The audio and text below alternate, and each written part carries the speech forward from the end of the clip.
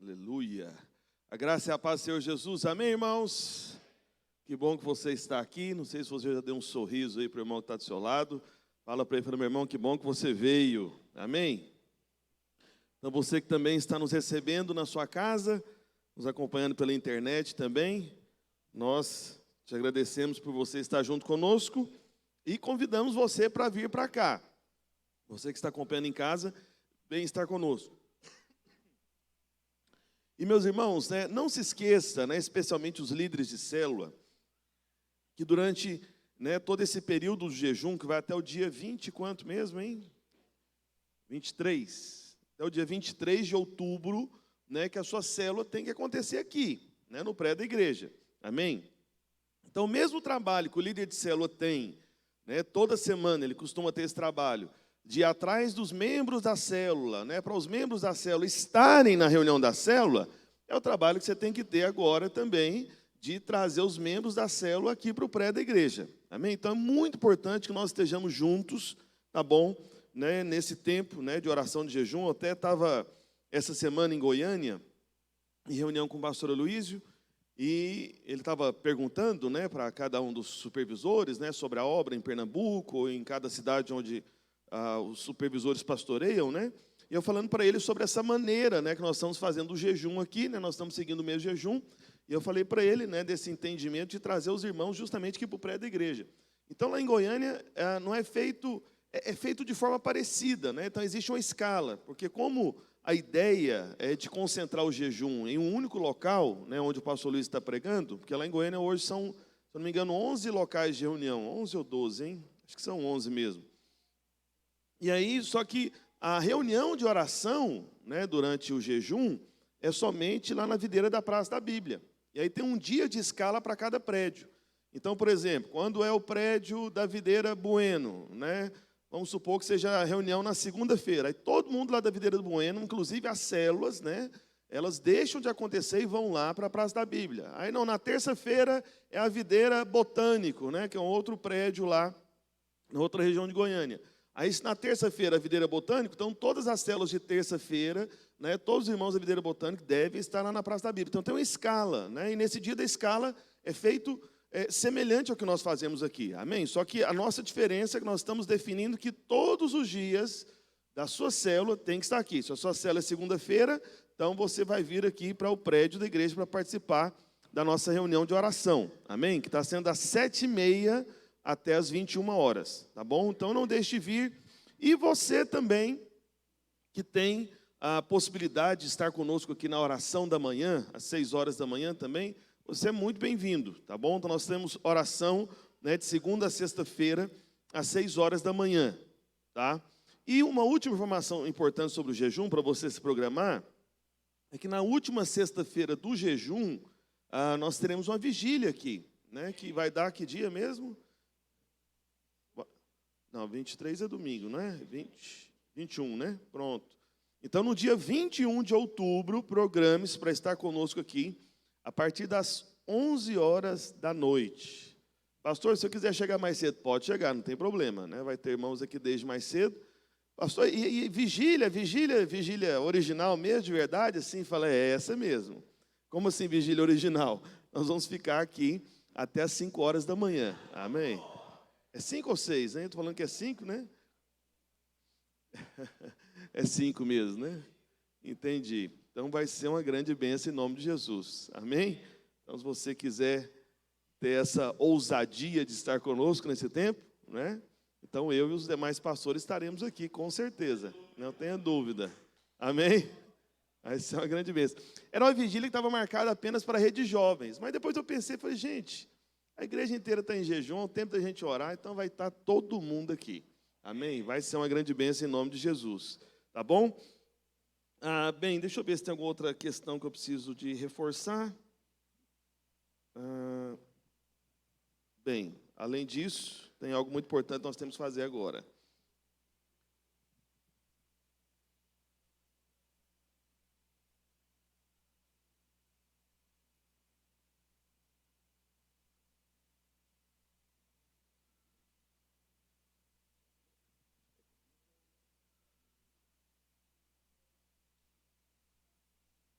Sim. E minha esposa está lembrando aqui também do Seminário de Louvor e Adoração, dia 22. Que horas que é? Das 2 da tarde até as 5 da tarde. Então, o Seminário de Louvor e Adoração, dia 22. É num sábado? É num sábado. É no sábado após a vigília? Jesus amado, que eu estava pensando aqui nas atas aqui. Deus abençoe as irmãs, né? As irmãs vão virar a madrugada com a gente aqui, descansa um pouquinho e volta, né? Dorme de manhã, dá para descansar, né? Sai daqui 5 horas da manhã, pode dormir aqui no prédio da igreja, traga um colchão. Dorme aqui no prédio da igreja até 1 hora da tarde, e aí 2 horas começa o seminário de louvor e adoração. Jesus amado, que coisa intensa, né? Amém, amém. Bem, antes de eu passar para o momento da palavra, nós teremos uma consagração hoje, nesta manhã. Deixa eu só, pronto. Então, eu queria já chamar aqui os pastores e esposas aqui para a plataforma, por favor. E nós vamos consagrar ao Senhor Jesus Cristo hoje a Sofia Barbosa dos Santos, aleluia, né? Então, eu quero chamar aqui os pais, nosso irmão William Cardoso dos Santos, a mãe Cindy Ferreira Barbosa dos Santos, aleluia. Os irmãos se espalhem aqui, a William, aleluia. Ajuda aí, gente. Amém, amém, amém, que bênção. Glória a Deus, que alegria por isso, amém. Irmãos, vamos abrir a palavra do Senhor, onde nós sempre abrimos nessa ocasião, no livro de Deuteronômio, capítulo 6. Deuteronômio, capítulo 6. A partir do verso 3. Deuteronômio 6, verso 3. Está escrito: ouve, pois, ó Israel. Amém? Essa primeira expressão aqui do verso 3 aqui é muito importante, né, para o judeu, porque isso aqui é tido como o mandamento principal, né, para o judeu, né? Então, é uma proclamação de um chamado, né, de chamado para ouvir. Ouve, pois, ó Israel, e atenta em os cumprires, para que bem te suceda e muito te multipliques na terra que mana leite e mel, como te disse o Senhor, Deus de teus pais. Ouve, Israel, o Senhor, nosso Deus, é o único Senhor. Amém? Então, se você for perguntar para algum judeu, tiver acesso a algum judeu em algum momento, fala para ele: vem cá, qual que é o principal dos mandamentos? Né? O que você entende que é o principal da lei? Ele vai citar justamente aqui o verso 4. Ouve, Israel, o Senhor, nosso Deus, é o único Senhor. E aí, em seguida, no verso 5 está escrito: amarás, pois, o Senhor teu Deus de todo o teu coração, de toda a tua alma, de toda a tua força. Né? Que é justamente a consequência desse mandamento. De ouvir o Senhor, você vai amá-lo. Só que, logo a seguir, no verso 6, o Senhor dá uma instrução aqui muito clara, que ela é mantida hoje também. Amém? Né? Então, o próprio apóstolo Paulo faz citações, né, sobre a prática deste mandamento que surgiu aqui na lei. Então, se o apóstolo Paulo citou, é para nós também hoje. E aí ele vai e diz no verso 6, essas palavras que hoje te ordeno, né, Moisés dizendo, que hoje te ordeno, estarão no teu coração. Amém? Então, a primeira coisa importante da criação dos filhos é a palavra do Senhor está no coração do pai, a palavra do Senhor está no coração da mãe. Por quê? É como o Senhor Jesus disse, que a boca fala do que está cheio o quê? O coração, o nosso coração. Amém? E aí, depois que tem essa orientação da palavra estar no coração, no verso 7 diz: tu as inculcarás a teus filhos. Inculcar, né? Isso aqui é uma palavra difícil para dizer simplesmente o seguinte: coloca na cabeça da criança a palavra do Senhor. Amém? Então, William e a Cindy têm essa missão de colocar na cabeça da Sofia, amém, a palavra do Senhor. Amém? Isso pela oração, isso pela repetição, isso pelo testemunho. Amém? Então, tu inculcarás teus filhos e delas, e aí a instrução da palavra de Deus é muito clara sobre a prática disso. Então, o Senhor aqui na palavra não faz mistério. Como que isso é possível acontecer? Não, a palavra de Deus fala de maneira muito clara.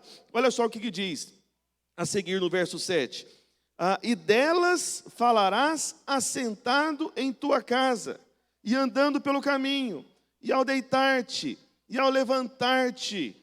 E a Sofia está chorando. É próprio de bebê, viu, gente? Não se incomodem, amém? Quem é pai e mãe sabe disso, tá bom? Está tudo sob controle, amém? Quem é pai e mãe já teve bebê aqui? Deixa eu ver aqui. Ah, cadê o pastor Thales? Está passando por essa experiência também? Se você vê o pastor Thales, de repente, com a cara de sono, alguma coisa, é porque não está dormindo mesmo, acontece, quem tem criança. Vigília todo dia na casa dele. Entendi. Mas vamos lá. E aí depois no verso 8 diz: também as atarás como sinal na tua mão, e te serão por frontal entre os olhos, e as escreverás nos umbrais de tua casa e nas tuas portas.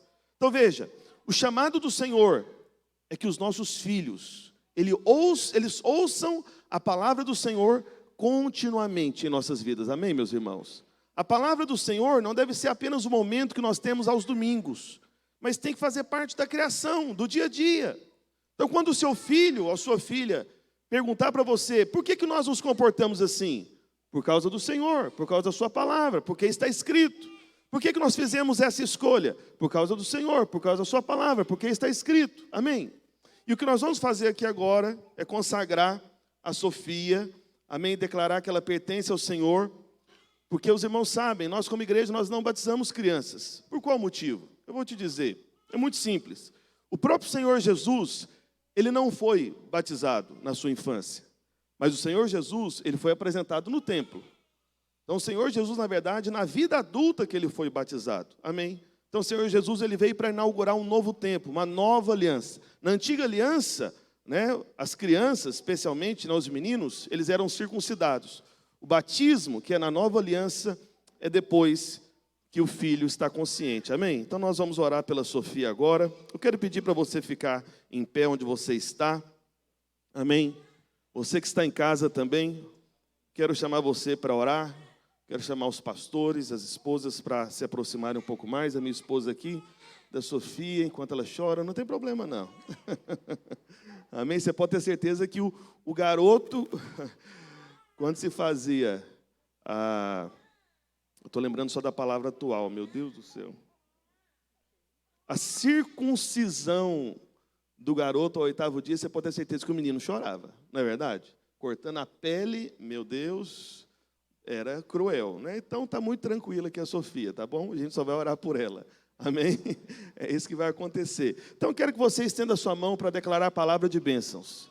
Eu tenho certeza que você já ouviu histórias de crianças que foram consagradas ao maligno, mas muito mais poderoso ao Senhor, muito mais poder tem a sua oração no nome do Senhor Jesus Cristo, amém? Vamos consagrar a Sofia ao propósito do Senhor. Pai, em nome de Jesus, nós consagramos a Sofia ao teu exclusivo propósito, ó Deus, para que se cumpra a tua vontade, ó Deus, na vida dela. Pai, nós declaramos que desde a tenra infância, ó Deus, ela é guardada, ela é protegida pelo Senhor, é livrada de todo mal, ó Deus, protege de toda doença, de toda enfermidade, ó Deus, livra, Senhor, de todo acidente, de todo incidente, ó Deus, que o Senhor possa guardá-la, assim como o Senhor a guardou no ventre, ela será guardada e protegida pelo Senhor durante toda a vida. Nós declaramos, ó Pai, ó Deus, que a saúde dela, ó Deus, é fortalecida pelo teu poder, mais e mais, ó Deus, desde a infância, ela, Sofia, terá um coração inclinado para o Senhor, para discernir a tua voz, para conhecer os teus caminhos. Abençoamos a Sofia e declaramos, ó Deus, que ela será levantada no futuro, ó Deus, como mulher segundo o teu coração, conhecida como profetisa da parte do Senhor, ó Deus, como mulher cheia do teu Santo Espírito, ó Pai. Em o nome de Jesus, nós guardamos toda a caminhada da Sofia. Abençoamos também, Senhor, o William e a Cindy. Declaramos, ó Pai, que o teu Santo Espírito é sobre eles, ó Deus, para capacitá-los, ó Deus, em sabedoria, na força do teu poder, ó Deus, para manifestar o teu caminho, para falar do teu caminho, para que a Sofia possa crescer na graça e no conhecimento do Senhor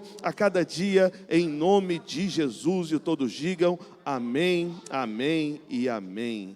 Está consagrada a Sofia, o Senhor Jesus. Amém. Deus abençoe os irmãos. Vamos dar um aplauso ao Senhor Jesus. Amém por isso. Parabéns, homem de Deus. Abençoado. Amém. Deus abençoe. Consagrada a mocinha. Ajuda ela a descer aí, queridinha. A William. Isso. Colocar nesses braços fortes aqui. Aqui tem força. Amém, os irmãos? Pode se assentar. Aleluia. Senhor é bom. Amém? Aleluia. Parece que eu tinha que lembrar de mais alguma coisa. Estou tentando pensar, que eu acho que não, né? Sim, só uma informação. Após esse encontro, né, dos jovens, irmãos, nós vamos fazer uma pequena mudança na agenda da igreja, até para a gente acelerar aí a nossa colheita de vidas, de almas, em nome de Jesus. Amém?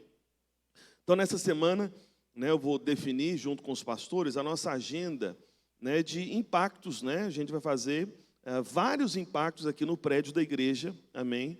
Né, porque isso tanto possibilita um número maior de pessoas participar, quanto também, né, torna possível nós fazermos mais eventos como esse, amém? Porque esses eventos na chácara, né, acaba que tem uma série de desafios que quando a gente faz aqui no prédio da igreja é de maneira mais simples, tá bom? Então você se prepara para isso, que vai ser um tempo de grande colheita em nome de Jesus, colheita de vidas, amém? Eu quero que você abra sua Bíblia, por favor, em Gênesis capítulo 42.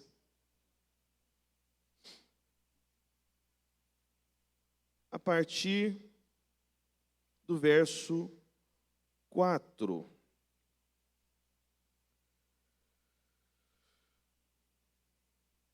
Isso.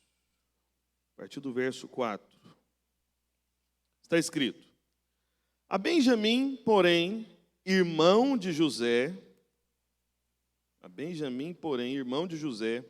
não enviou Jacó na companhia dos irmãos, porque dizia: para que não lhe suceda acaso algum desastre.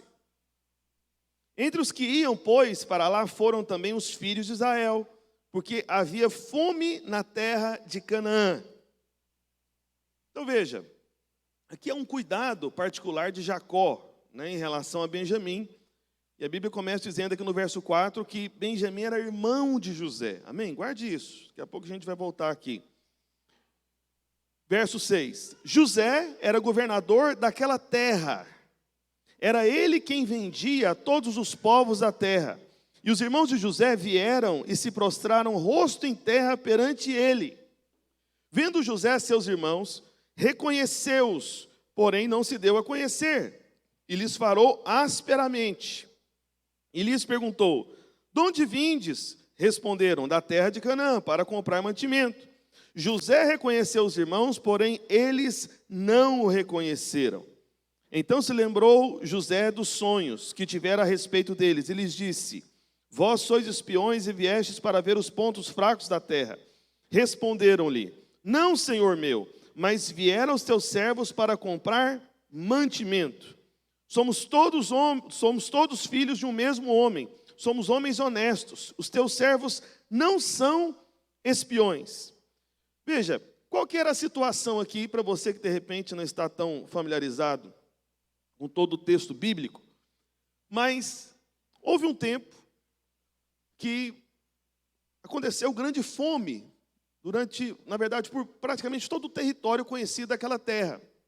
E esse era um tempo, né, que Faraó, avisado por causa de um sonho que José teve, ele teve a precaução, né, de guardar mantimento. Em toda a terra havia fome. O único lugar que tinha mantimento para ser vendido era justamente no Egito. E aí aconteceu que, antes disso, José, ele tinha sofrido, e sofrido muito mesmo, com a inveja dos seus irmãos. José, ele era filho de Jacó. Os irmãos se lembram, né, dos patriarcas, né? Então, Abraão, Isaque e Jacó. Né? Então, foi de Jacó que surgiu todas as tribos, né, de Israel.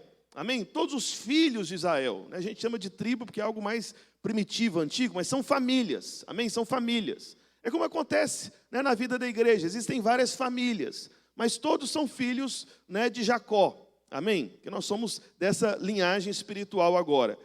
E o que acontece? Acabou que teve um momento, né, Benjamim foi o último filho de Jacó. Só que antes de Benjamim nascer, José, que sofria muito da inveja dos seus outros irmãos, porque como José era o mais novo, acabava que o pai, Jacó, o tratava de forma diferente. E chegou no momento, né, tudo isso eu estou te contando de maneira resumida a história bíblica, tá bom? Porque são muitos versículos para eu te mostrar aqui. E aí o que aconteceu? Os filhos de Jacó, ou seja, todos os irmãos mais velhos de José, o venderam como escravo. Primeiro jogaram ele num poço fundo. Inclusive José tinha tido um sonho, né, onde os seus irmãos, que era como se fossem feixes de trigo, se prostravam sobre ele, se rendiam sobre ele, né? Então, na verdade, o que aconteceu nesse texto aqui foi justamente isso. E daqui a pouco eu te mostro com mais detalhes. Então, o que aconteceu?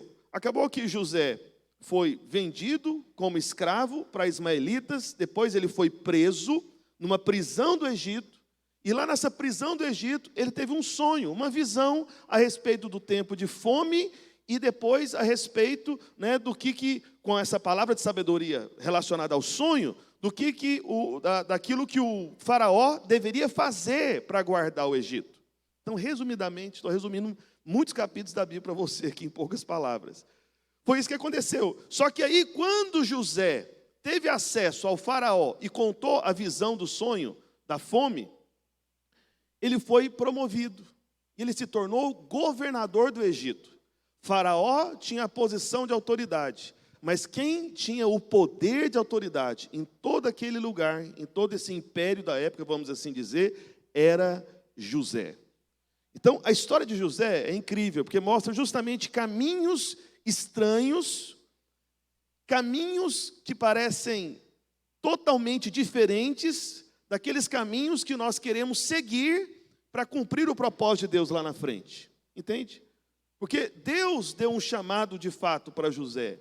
Só que o caminho que José trilhou para chegar até o ponto desse chamado foi totalmente o contrário do que qualquer pessoa poderia imaginar. Porque basta você pensar por um instante o seguinte, falar, olha, Deus vai te promover, vai te colocar numa posição de governo, à frente de muitas coisas, como se fosse o governante de um grande império. Aí logo em seguida que você tem essa direção de Deus, você é preso, você é invejado pelas pessoas, você é vendido como escravo, é desprezado pelos seus irmãos.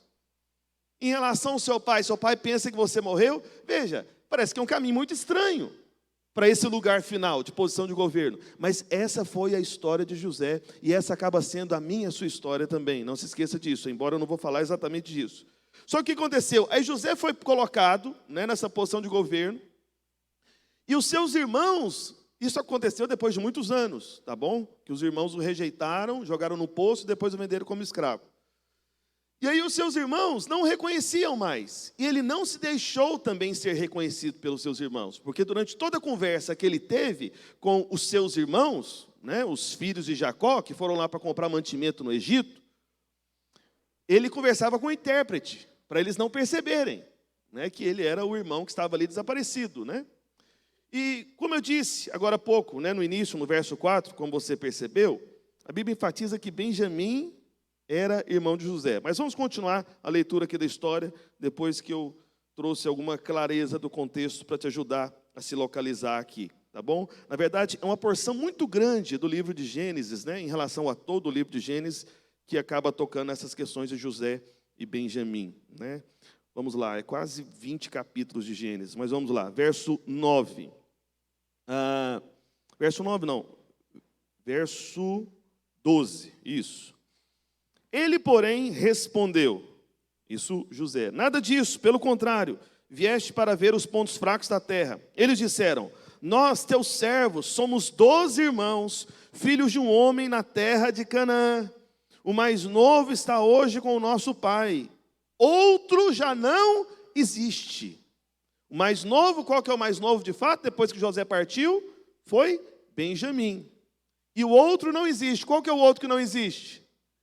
José, que foi apontado aqui como irmão de Benjamim. Por que José é falado no verso 4 como irmão de Benjamim? Porque José é o único irmão de Benjamim, tanto da parte do mesmo pai, quanto da parte da mesma mãe. Amém?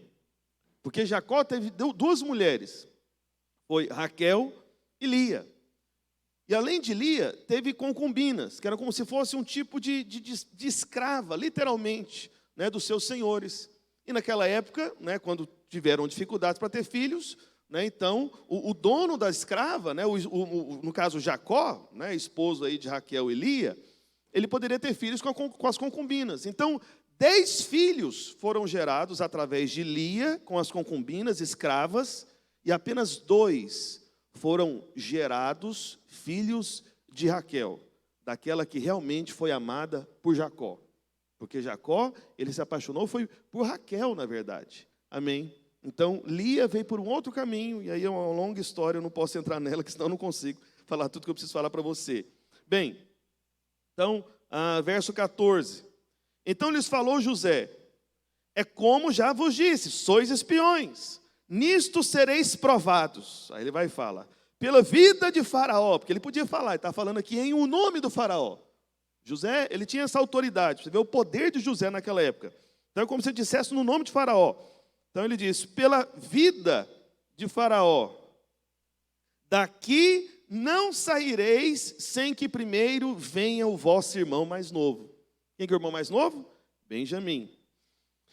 Enviai um dentre vós que traga vosso irmão. Vós ficareis detidos para que sejam provadas as vossas palavras, se há verdade no que dizes ou se não. Pela vida de Faraó sois espiões. E os meteu juntos em prisão 3 dias. Ao terceiro dia, disse-lhes José: fazei o seguinte e vivereis, pois temo a Deus. Se sois homens honestos, fique detido um de vós na casa da vossa prisão, vós outros, ide, levai cereal para suprir a fome das vossas casas.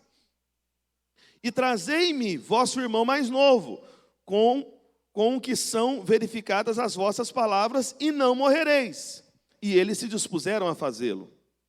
Então disseram uns aos outros: na verdade somos culpados no tocante a nosso irmão. Aí eles estão lembrando de José. Quando eles viram toda a tragédia, eu falei, gente, a gente ficou preso 3 dias. Agora esse sujeito aqui, que na verdade é o que representa todo o governo de Faraó, está ameaçando a gente. Um dos nossos irmãos vai ficar preso. A gente está passando fome, passando necessidade. Tudo isso é consequência do que nós fizemos com o nosso irmão lá atrás, com José. Então, essa era a consciência deles nesse momento. Eles falaram, verso 21, mais uma vez, né? Na verdade, somos culpados no tocante a nosso irmão, pois lhe vimos a angústia da alma quando nos rogava, e não lhe acudimos, por isso nos vem essa ansiedade. Porque quando José foi lançado no poço, isso anos atrás, ele gritava pelos irmãos, ele pediu socorro, só que os irmãos não atenderam. Verso 22, respondeu-lhe Rúben: não vos disse eu, não pequeis contra o jovem, e não me quisestes ouvir. Pois vedes aí que se requer de nós o seu sangue, né, o sangue de José. Eles, porém, não sabiam que José os entendia, porque eles falava por intérprete. E retirando-se deles, chorou. O que José fez? Chorou. Amém? Guarde isso, é importante você entender isso também. Ele chorou. Depois, tornando-lhes, falou. Tomou a Simeão dentre eles e o algemou na presença deles. Então, quem que José tomou dos irmãos? Como é que é o nome do irmão? Simeão. Isso também é importante. Mas vamos continuar. Verso 25. Ordenou José que lhes enchessem de cereal os sacos. Isso que José fez. Encheu de mantimento. E lhes restituíssem o dinheiro. Eles levaram o dinheiro para comprar comida, só que José fez o seguinte: deu a comida, com certeza além do dinheiro que eles levaram para comprar, e ainda colocou o dinheiro de volta. Por que disso? Daqui a pouco você vai entender. A cada um no saco de cereal, e o suprissem de comida para o caminho. E assim lhe foi feito. Então, deu comida e devolveu o dinheiro. Carregando o cereal sobre os jumentos, e partiram dali. Somente até aqui, por um instante, vamos orar mais uma vez. Sentado como você que está na sua casa nos acompanhando também, por favor, peça, né, para que todas as pessoas que estão aí na sua casa, amém, possam guardar a sua atenção para o momento da palavra do Senhor. Amém? Vamos orar por um instante. Feche seus olhos onde você está, curva a sua cabeça, peça para que Deus possa falar com você nessa manhã. Amém? Pai, em nome de Jesus, nós invocamos o Teu nome, Senhor, nesse tempo, nesse dia, ó Deus, nessa época de jejum, onde nós temos buscado, ó Deus, sermos fortalecidos, ó Pai, na graça do Senhor, fortificados na Tua graça. Por isso, ó Pai, nós te pedimos, ó Deus, para que a Tua palavra seja esse caminho, seja esse instrumento, ó Deus, seja justamente revelação, ó Deus, no nosso espírito, ó Deus, para que nós possamos discernir quem nós somos no Teu plano, no Teu projeto, ó Deus, qual geração nós somos parte. Ó Deus, que o Teu Santo Espírito possa abrir os nossos olhos para aquilo que antes nós não víamos. Que o Teu Santo Espírito possa abrir, ó Deus, os nossos ouvidos para que nós possamos escutar e discernir a Tua voz. Para que nós sejamos, ó Deus, justamente a geração do fim, dos últimos dias, a geração de Benjamim, em nome de Jesus. Amém. Amém. Eu quero compartilhar com você a respeito da geração Benjamim. Amém. Tudo na palavra de Deus tem um propósito profético. É claro que toda a palavra de Deus você sempre deve estar procurando o Senhor Jesus Cristo. Alguém pode dizer amém? E sabe, não existe nenhum personagem da palavra de Deus que tenha mais semelhanças ou mais apontamentos, referências ao Senhor Jesus Cristo do que José. É impressionante. E a gente vai citar algumas dessas semelhanças. Então, José, ele representa justamente ao Senhor Jesus, o Senhor Jesus Cristo. Só que, o que eu quero que você entenda desde já, e à medida que eu for compartilhando a palavra, isso vai ficar mais claro para você, é que nós, como igreja, nesse tempo, nós somos a geração Benjamim.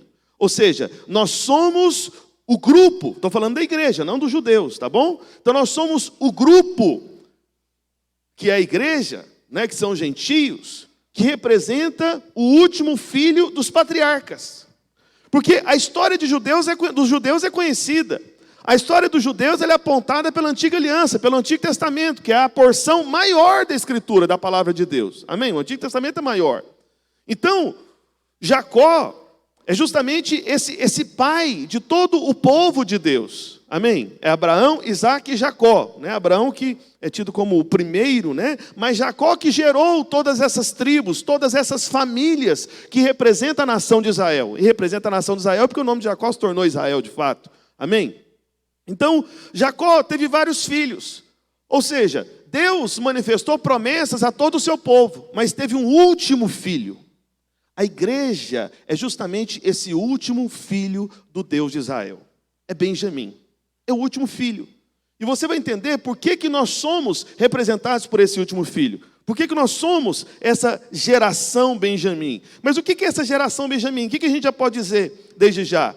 A geração Benjamim é justamente a geração dos últimos dias, que vai experimentar uma porção maior da graça de Deus, do favor que nós não merecemos, mas que receberemos da parte de Deus. Tudo isso por quê? Porque a geração de Benjamim, ela tem esse favor, tem essa bênção nos últimos dias, nos últimos tempos, porque é justamente a geração que vai ter maior revelação a respeito do Senhor Jesus Cristo. Amém?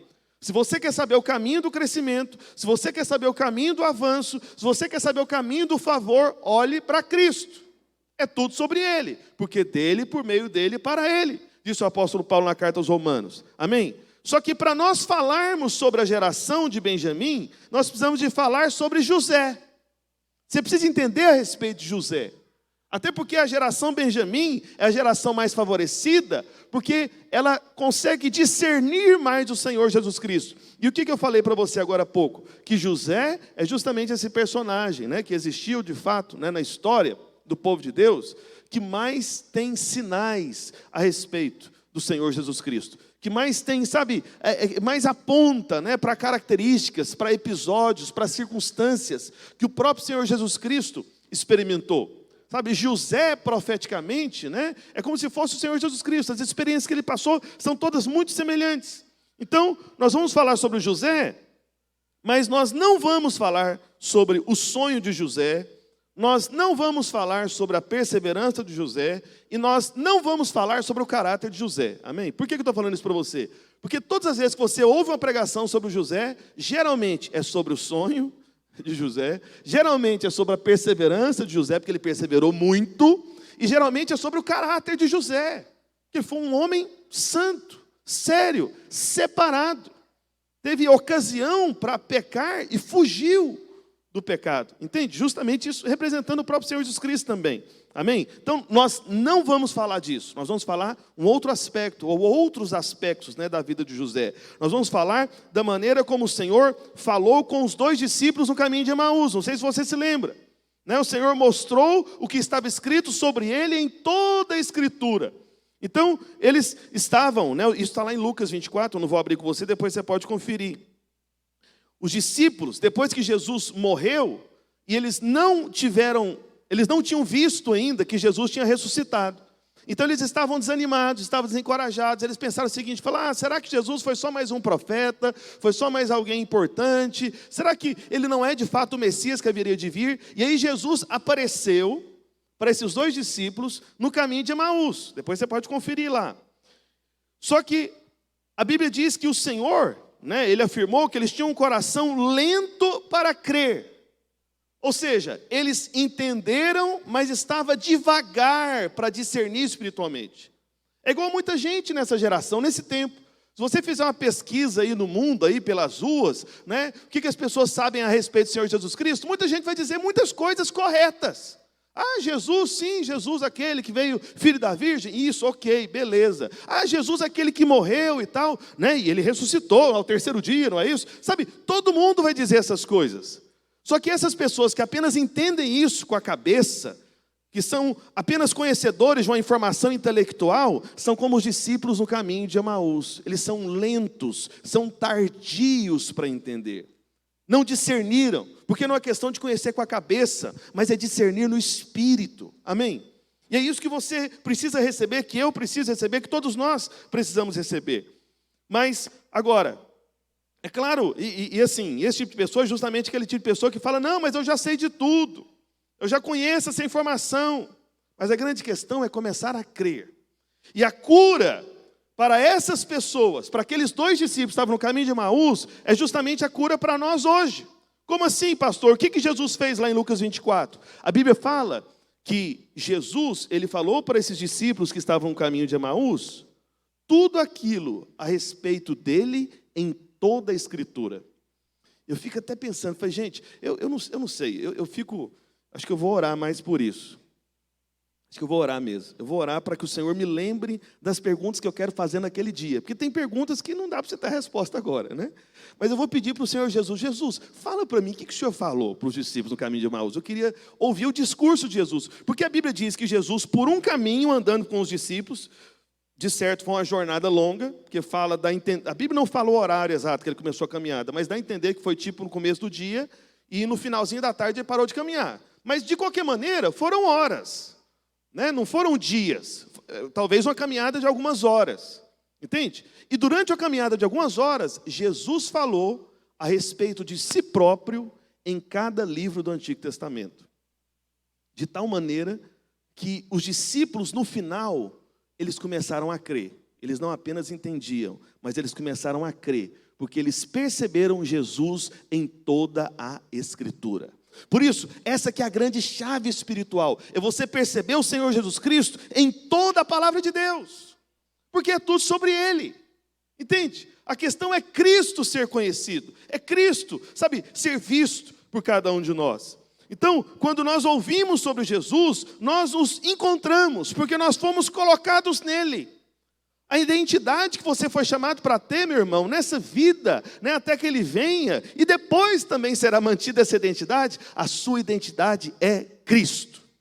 Cristo. Muita gente fica querendo encontrar a própria identidade. Eu preciso descobrir quem sou, para onde vou, né, o que quero, né, o que vem depois dessa vida e tudo. Eu preciso descobrir, meu irmão, você precisa descobrir a Cristo. Porque quando você descobre a Cristo, você vai descobrir a si mesmo, porque Cristo, sabe, colocou você nele, para que você fosse identificado com Ele. Ele morreu, você morreu. Ele ressuscitou, você ressuscitou. Ele é filho de Deus, você é filho de Deus. Ele tem todo o poder, toda a autoridade, você tem todo o poder e autoridade. Você foi colocado em Cristo Jesus, acima de todo o principado e potestade. Por isso que o apóstolo João afirmou de maneira ousada, tal qual ele é, nós já somos neste mundo. A sua identidade é Cristo. Para, sabe, de querer saber a sua identidade separada de Cristo. É desnecessário. Entende? Não é isso que vai te ajudar. Entende? Então, conhecer a Cristo é melhor do que você conhecer a si mesmo, separado de Cristo. Por isso eu digo para você, com todas as desculpas, a Sócrates, né? A primeira coisa na vida não é conhecer a si mesmo. É assim que diz o filósofo: conheça-te a ti mesmo. Meu Deus do céu, que conheça. Por quê, irmãos? Se você tiver uma opinião honesta sobre si mesmo, sem condenação, amém? Quero condenar ninguém aqui, tá bom?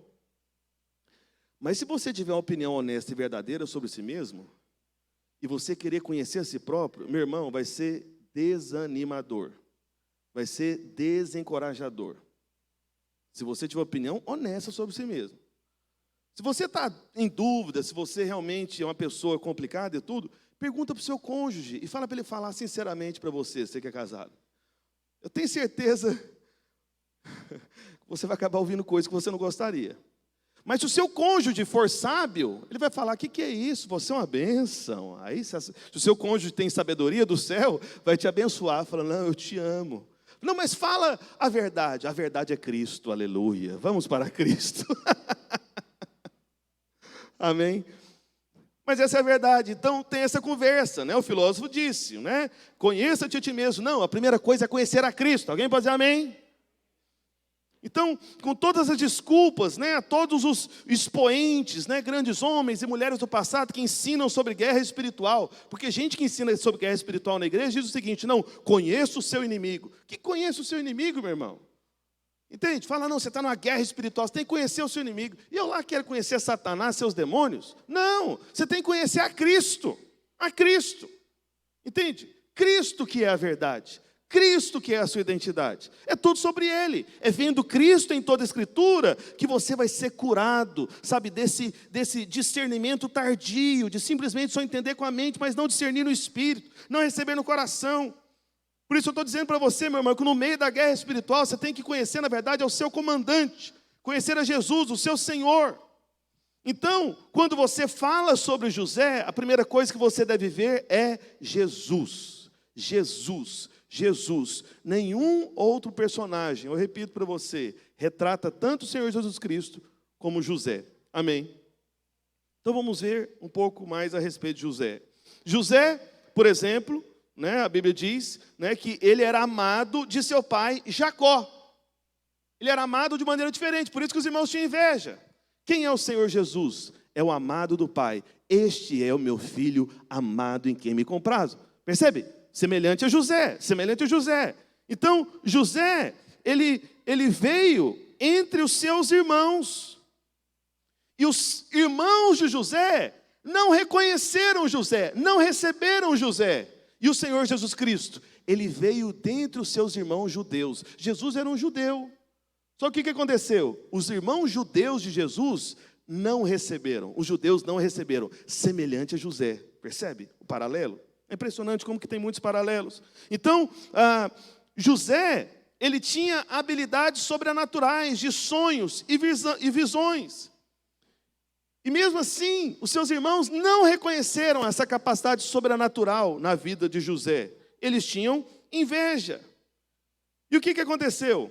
Justamente aconteceu mesmo com Jesus. Os judeus não criam nas capacidades sobrenaturais do Senhor Jesus Cristo. Quando Jesus expulsava demônios, o que falaram a respeito do poder sobrenatural de Jesus? Não, esse aí expele demônios pelo próprio poder de Beelzebu, pelo próprio poder de outro demônio. Eles não criam que havia um poder sobrenatural sobre Cristo, assim como os irmãos de José não acreditavam que ele tinha poderes sobrenaturais. Percebe outro paralelo? Semelhante. Só que é interessante que, pelo fato de seus irmãos não receberem, ele acabou se tornando uma fonte de pão. José foi rejeitado pelos irmãos, mas por ele ter sido rejeitado, o que aconteceu com José lá na frente? Foi promovido governador do Egito, depois de toda aquela história que eu contei para você, amém? Sofreu muito, ficou lá no fosso, sozinho, desesperado, gritando socorro. Na hora que seus irmãos o retiram do poço, coloca para ser vendido como escravo. E depois de vendido como escravo, é preso como criminoso, sem ter cometido nenhum crime. Era um homem de Deus, era um menino de Deus, vamos assim dizer, porque era jovem quando isso aconteceu com ele. Só que aí José, por ter sido rejeitado, lá na frente, adiante, foi promovido governador do Egito e se tornou fonte de pão para todo o povo de Deus. O povo de Deus, os outros filhos de Jacó, vieram até José para receber pão. Veja, o Senhor Jesus é da mesma maneira também. Ele foi rejeitado pelos homens dessa terra, mas por ele ter sido rejeitado, Deus o promoveu acima de todo nome que se possa referir no céu e na terra e debaixo da terra. Ele é o pão vivo que desceu do céu para nos suprir. Amém? E é isso que nós fazemos aqui hoje. Amém? Através do símbolo da ceia. Ele é o pão. Amém? Só que ele foi rejeitado. Foi rejeitado. O Senhor se tornou o pão da vida para nós. Outra coisa, outro paralelo. Eles venderam José por 20 moedas de prata. Depois você pode ver isso. Lá em Êxodo 21. Só que o Senhor Jesus também foi vendido. Lembra? Por 30 moedas de prata. 20 mais 10. Até porque Jesus veio concluir a lei que é representada pelo 10 também. Entende? Então, José foi vendido por moedas de prata, Jesus foi vendido por moedas de prata, através de Judas, um traidor. E os irmãos de José, traidores de José, o venderam também. No caso de Jesus, ele tinha um Judas. No caso de José, era uma coleção maior. Mas era um Judas também. Então, veja, meus irmãos, a questão é, eu fico pensando, quando José foi promovido a essa posição de governador do Egito, quem foi beneficiado por essa posição de José, depois de toda essa história de rejeição? Foi somente Israel ou todo mundo conhecido foi suprido pelo Egito naquela época? Todo o mundo conhecido foi suprido pelo Egito naquela época. Esse momento da história, porque isso é fato histórico, tá bom, irmãos? Esse momento da história foi justamente o momento em que Faraó foi colocado na posição de maior glória e poder. Mas ele foi colocado nessa posição de maior glória e poder porque tinha um homem de Deus do lado dele lá. Porque tinha o José, alguém cheio do Espírito, alguém que cumpria a vontade do Senhor, alguém que recebeu a sabedoria sobrenatural do céu para governar o Egito. E aí o Egito prosperou como nunca antes, se enriqueceu como nunca antes. Só que esse enriquecimento do Egito, no final das contas, naquela época, foi o que permitiu que todo mundo conhecido, até então, fosse suprido de alimento. Porque se não fosse a precaução de José, por uma sabedoria do céu, de guardar mantimento, não teria pão para o mundo. Pastor, qual que é o paralelo disso, de José em relação a Cristo Jesus? Eu vou te dizer, é a seguinte boa notícia. Porque Israel rejeitou o Messias deles, porque Jesus é o Messias de Israel. Amém, irmãos? Os judeus que estão esperando até hoje pelo Messias. Amém? Só que o Messias veio. Só que o Messias foi humilhado, foi maltratado, foi rejeitado pelos seus, e agora o Messias foi promovido numa posição de governo. E ele nessa posição, agora, ele dá provisão, não apenas para o seu povo Israel, mas ele dá provisão de pão, de suprimento de vida para o mundo inteiro, para todas as gerações, não apenas para os judeus, mas para todos os povos da terra. Assim como José foi instrumento de suprimento para todos os povos, o Senhor Jesus é suprimento de Deus para todos os povos de todo o mundo. Amém? Todo mundo, todo mundo. Então veja, ainda hoje é assim. Você ainda precisa vir a Jesus para receber o pão, para ser alimentado. Amém? Porque é assim que o povo de Deus fez. Eles fizeram, ficaram indo a José. Então, por 2000 anos, o Messias judeu, o Senhor Jesus Cristo, se tornou o pão da vida, especialmente para o restante do mundo, para os gentios. Só que o fato, quando você vê aqui em Gênesis, né, é que José ele nunca esqueceu da casa do seu pai, ele nunca se esqueceu de Israel, nunca se esqueceu dos seus irmãos. Por isso que depois de algum tempo, quando veio a fome, Jacó enviou seus filhos ao Egito, José os ouviu. José disse a eles, vocês são espiões. Lembra do texto que a gente leu aqui agora há pouco? Então José ficou provocando eles, falando, não, vocês são espiões. Ele sabia que eram seus irmãos, mas ele estava ainda afastado. Só que o que José queria com isso, quando ele ficou acusando seus irmãos de espiões? Ele falou dessa forma com eles, para que eles pudessem ver os seus pecados. Porque esse é o caminho. José provocou um caminho na vida dos seus irmãos. Ficou mostrando para eles os pecados deles, para quê? para que depois dos pecados houvesse espaço para arrependimento e salvação. Amém? Assim que os irmãos de José reconheceram, ficaram humildes. Porque como é que eu sei que eles reconheceram o pecado deles? Lembra da conversa que Rubem falou com eles, que a gente leu no texto agora há pouco? Não, tudo isso está acontecendo conosco, é porque a gente abandonou o nosso irmão, a gente não ouviu o clamor do nosso irmão. Então, eles reconheceram o pecado. Então, José fez dessa forma, para que eles reconhecessem o pecado, se arrependessem e depois fossem abençoados. A mesma coisa o Senhor Jesus faz. O Senhor Jesus, Ele permite que você conheça o seu pecado no início da sua caminhada, sabe, para que você se arrependa e você seja colocado agora numa posição de bênção da nova aliança da graça de Deus. O caminho de José é o caminho do Senhor Jesus Cristo. Percebe? Então, José, ele queria ver se tinha alguma mudança neles, por isso que falou dessa forma. Porque eles não se importaram com o que o seu pai sentia. Essa que foi a grande questão. Porque Jacó amava especialmente a José.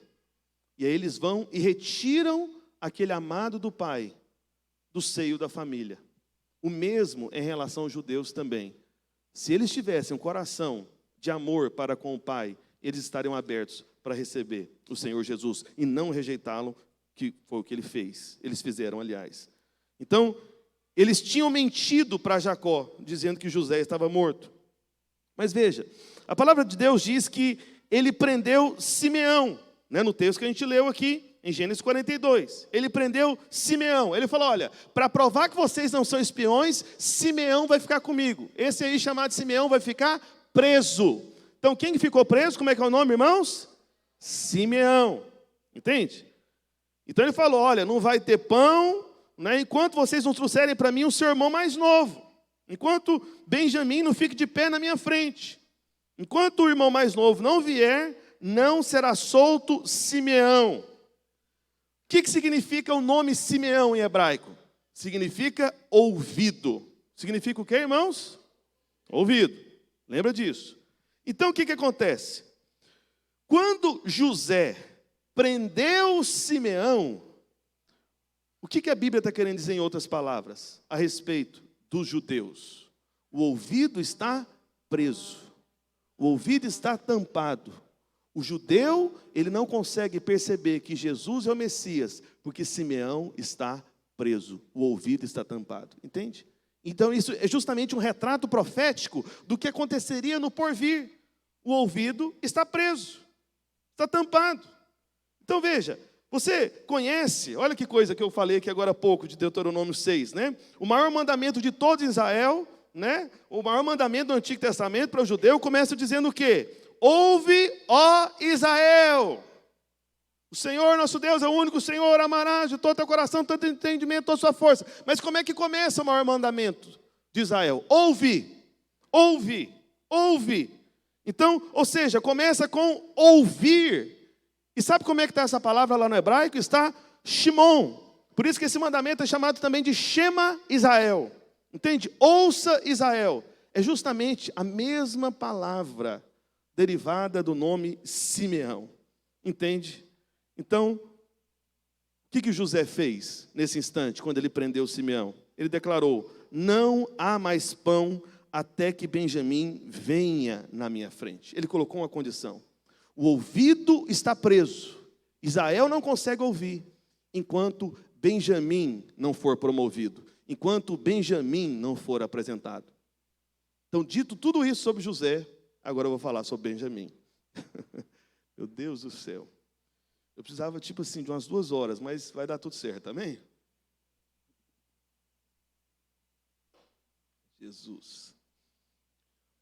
Eu sei que você acha que é exagerado, né? Mas já aconteceu de eu pregar uma vez 3 horas seguidas, mas foi num retiro, só tinha seminarista, irmão, né? Que estava ali dedicado para a palavra de Deus, eram 600 seminaristas. Aí foi só uma vez, aí depois eu parei, falei, não, chega, não pode não, né? Vamos continuar. Quem é Benjamim? Benjamim é aquele que tem a mesma mãe de quem? Que eu falei agora há pouco. Alguém se lembra? Mesma mãe de quem? José. Amém? Benjamim, em primeiro lugar, é isso. Tem a mesma mãe de José. Então, eu quero que você veja onde está o plano de Deus, né, levantando a geração de Benjamim.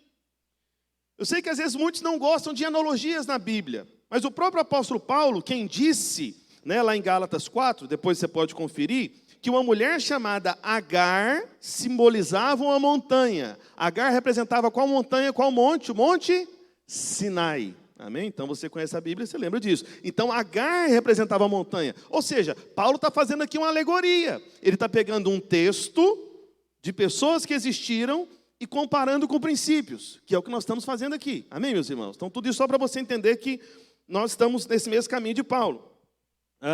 Então ele diz que Agar é o Monte Sinai. E aí, ele vê tipologia onde nós vemos coisas naturais. Então ele diz que a mulher Agar é um tipo de monte. Muita gente só vê uma coisa natural. Mas não, aquilo era representado por uma pessoa. Só que de um lado Agar representa o Monte Sinai, só que Sara, que era a esposa legítima de quem? Quem se lembra? De Abraão. Sara, a esposa legítima, ela representa a Jerusalém celestial, disse o apóstolo Paulo em Gálatas 4. Porque existe a Jerusalém celestial e a Jerusalém terrena. O pastor Luiz, numa das viagens que ele fez lá para Israel, e eu farei em breve em nome de Jesus, e minha esposa diga amém, porque ela vai também. Não fui ainda, mas irei. E o pastor Luiz, ele disse que uma vez, conversando com um dos guias, né, profissionais lá de Israel, que faz dessas viagens, né, um judeu, e ele foi e explicou para o pastor Luiz que a palavra Jerusalém, assim, original no hebraico, para o povo judeu, é uma palavra que está no plural. No português é singular, Jerusalém. Mas no hebraico, é como se o povo hebreu dissesse Jerusaléns. Entende? Ou seja, mais de uma, plural. E é interessante, porque o apóstolo Paulo aqui em Gálatas 4, ele apresenta justamente esse conceito. Ele fala de uma Jerusalém que lá de cima, celestial, que é livre, amém? E de uma Jerusalém terrena, que está vinculada a Agar, está presa, é como escravo. A Jerusalém celestial aponta para a graça, aponta para o Monte Sião. É a Jerusalém dos filhos de Sara. Mas a Jerusalém aqui da terra é dos filhos de Agar, do Monte Sinai, está presa. Então são Jerusaléns de fato, entende? Então, veja, foi do Monte Sinai que veio a lei. Então Sara, como Monte Sião, simboliza justamente a graça. E a Bíblia também diz que o filho de Agar, que Agar gerou, né, perseguiu o filho de Sara. Como é que é o nome do filho de Agar mesmo? Alguém se lembra? Ismael. Ismael perseguia Isaac, mas Isaac não perseguia Israel. Ou seja, eu pergunto para você, Isaac e Ismael eram irmãos, filhos do mesmo pai, pelo menos? Sim ou não? Sim, com certeza. Então veja, deixa eu te contar uma coisa aqui para você entender, desde já. Olha para cá. Sabe quem que vai perseguir você? Seus irmãos. Sabe quem que vai perseguir a gente aqui, a videira? Os nossos irmãos. Não é gente de fora, é crente. Eu estou falando de crente, entendeu? Só que a grande questão é o seguinte: são nossos irmãos. Só que, infelizmente, ou por enquanto, eles ainda são nossos irmãos, mas apenas por parte de pai. Estão ainda como filhos de Agar. Aqueles que estão na lei sempre vão perseguir aqueles que estão na graça. Então isso é normal. Paulo explicou isso. E essa é a história de Ismael e de Isaac. Entendeu isso? Então quando algum irmão de outra igreja ficar querendo, sabe, cercear suas liberdades, criticar você, você é da igreja da porta larga, não sei o quê. Pois é, meu irmão, normal. Ismael vem perseguir Isaac, mas Isaac não persegue Israel. Amém? Você só é perseguido por causa da sua liberdade de fé, por você entender que você está livre. Porque onde há o Espírito do Senhor, aí há o quê, meus irmãos? Liberdade. Você está na liberdade dos filhos de Sara, da Jerusalém celestial, que é livre, a Jerusalém lá de cima. E é nessa posição que nós estamos em Cristo Jesus. Amém? Então veja, hoje, todos nós estamos aqui, né, com o mesmo Pai celestial, e a razão de você estar aqui, nessa igreja, de você estar nos ouvindo, é porque além de nós termos o mesmo pai, Abraão, nós temos a mesma mãe, Sara, a graça de Deus. Amém? O Senhor vai trazer todos os filhos de Sara para cá, todos aqueles que se tornarem filhos de Sara. Amém? Então é importante, a nossa mãe é a graça. Só que a questão é a seguinte: Sara não precisa. Deixa eu fazer uma pergunta para você, porque muitos irmãos que conhecem a palavra. Antes de eu te informar, vou te perguntar. Sara, que representa a graça, precisava da ajuda de Agar para criar Isaac? Ou Sara, inclusive, falou para Abraão, manda Agar embora? Sara pediu ajuda ou mandou Agar embora? Mandou embora. Amém? Mandou embora. O mesmo acontece hoje. Tem igrejas que, infelizmente, está chamando Agar para equilibrar a Sara. Estão chamando a lei, porque supõem que a graça é desequilibrada. Não, vamos chamar um pouquinho da lei, vamos chamar um pouquinho de Agar. Mas o que a graça diz? O que Sara diz? Manda embora Agar. Abraão ficou com o coração apertado, foi orar. Falou para Deus, Deus, espera aí, como é que é? Agora eu tenho 2 mulheres e tenho 2 filhos, um com cada uma. Ismael é meu filho, Isaac é meu filho. Só que a minha mulher original, a de verdade, né? Não a concubina ali, a serva que veio depois, a minha mulher original está falando que eu tenho que mandar embora Agar com o filho dela. O que o Senhor falou para Abraão? Você se lembra? Ouça sua mulher. Amém? Então, cadê os homens aí casados? Diga amém. De vez em quando Deus vai colocar, de vez em quando não, muitas vezes, né? De vez em quando é pouco. Muitas vezes, Deus vai colocar a palavra de sabedoria na boca da sua esposa. Amém. Senti um amém forte aqui. Amém, ela? Olha para cá. Vai colocar a palavra de sabedoria na boca da sua esposa. Às vezes você vai achar estranho, que você vai dizer, não, sou macho da casa, sou homem, não sei o quê. Aí você vai orar, aí Deus vai falar, ouça sua mulher. Entendeu? Como falou para Abraão. Mas vamos continuar, isso aqui é só um detalhe aí para a sua vida de casado, né? Bem, então veja, Sara não precisa de Agar, assim como a graça não precisa da lei para cuidar de Isaac. Amém? Então, seguindo essa mesma analogia, nós temos aqui também, na história de José, 2 mulheres, ou melhor, na história de Jacó, vamos assim dizer, né? 2 mulheres. Quais foram, né, as 2 mulheres de Jacó? Lia e Raquel. Então, sobre Raquel, a Bíblia nos informa, aqui em Gênesis, depois você pode conferir, que se diz que ela era linda, de formosa aparência, era atraente. Jacó viu Raquel e apaixonou. Falei, gente, mulher dos meus sonhos, né? Eu quero essa mulher. Né? Eu fico imaginando que Jacó deve ter olhado para Raquel do jeito que eu olho para minha esposa. Né? Sabe o que eu falo para minha esposa? Eu falo mesmo. Falo para ela, você é a mulher dos meus sonhos, e quando eu acordo, você está do meu lado. É impressionante isso. Deus é muito bom para mim, não é não? E é verdade, eu chego a sonhar com ela. Quando eu sonho, eu falo para ela, eu sonho com ela. Aí a mulher dos meus sonhos, quando eu acordo, está deitada do meu lado. Isso é muito bom, não é verdade? Isso é graça de Deus, é muita bênção de Deus. Então veja, Raquel era essa mulher para Jacó. E essas 2 irmãs, Raquel e Lia, se casaram com Jacó. Então, Jacó é o pai, ok? Então nós vamos usar agora Jacó como pai, assim como Abraão. Porque aquilo que aconteceu na vida de Abraão, de Isaac e de Jacó, são situações paralelas, relacionadas à mesma verdade. Então nós estamos fazendo uma analogia semelhante à que foi feita de Abraão, com Agar e Sara. Quem está me acompanhando aqui, diga amém. Eu sei que eu estou dando muitas informações para alguns irmãos, mas fica gravada a palavra. Isso aqui talvez é um tipo de palavra que já tem que ouvir várias vezes, né? E eu estou fazendo várias referências aqui, sem mostrar todos os textos, porque senão eu precisaria de umas 5 horas para conseguir. Mas confia em mim e depois confira na palavra. Por favor, tá bom? Mas geralmente, é a partir de Gênesis 30, 32 mais ou menos, né? Se você ler aí, metade de Gênesis, você vai entender o que eu estou falando, essas partes aqui, mas vamos lá. Bem, então nós temos Jacó como pai. E nós temos agora 2 mulheres de novo. Com Abraão a gente teve 2 mulheres, Sara e Agar. Com Jacó nós temos 2 mulheres também, Raquel e Lia. 2 mulheres, mais uma vez. Então, a Bíblia diz, né, que Lia, ela produziu os filhos com uma imagem de escravidão. Como assim?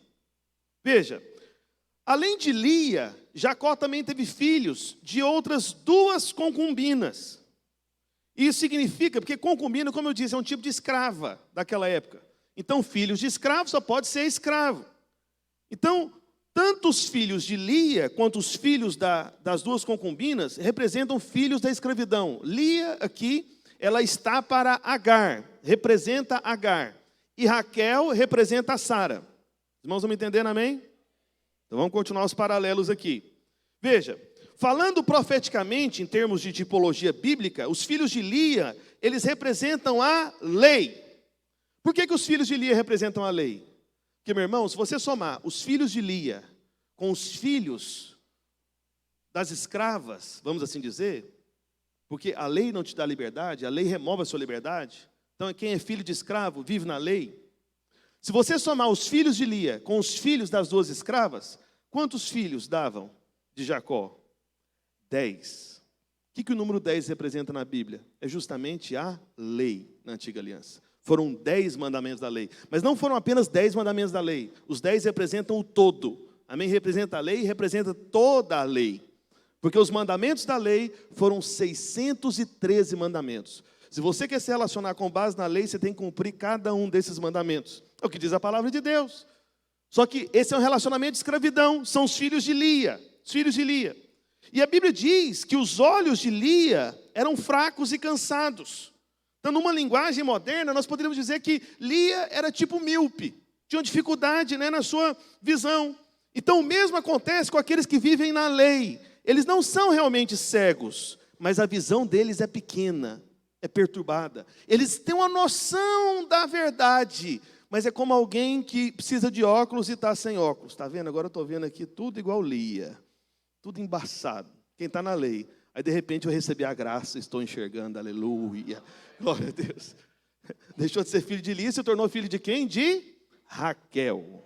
Raquel, amém? Que era irmã de Lia.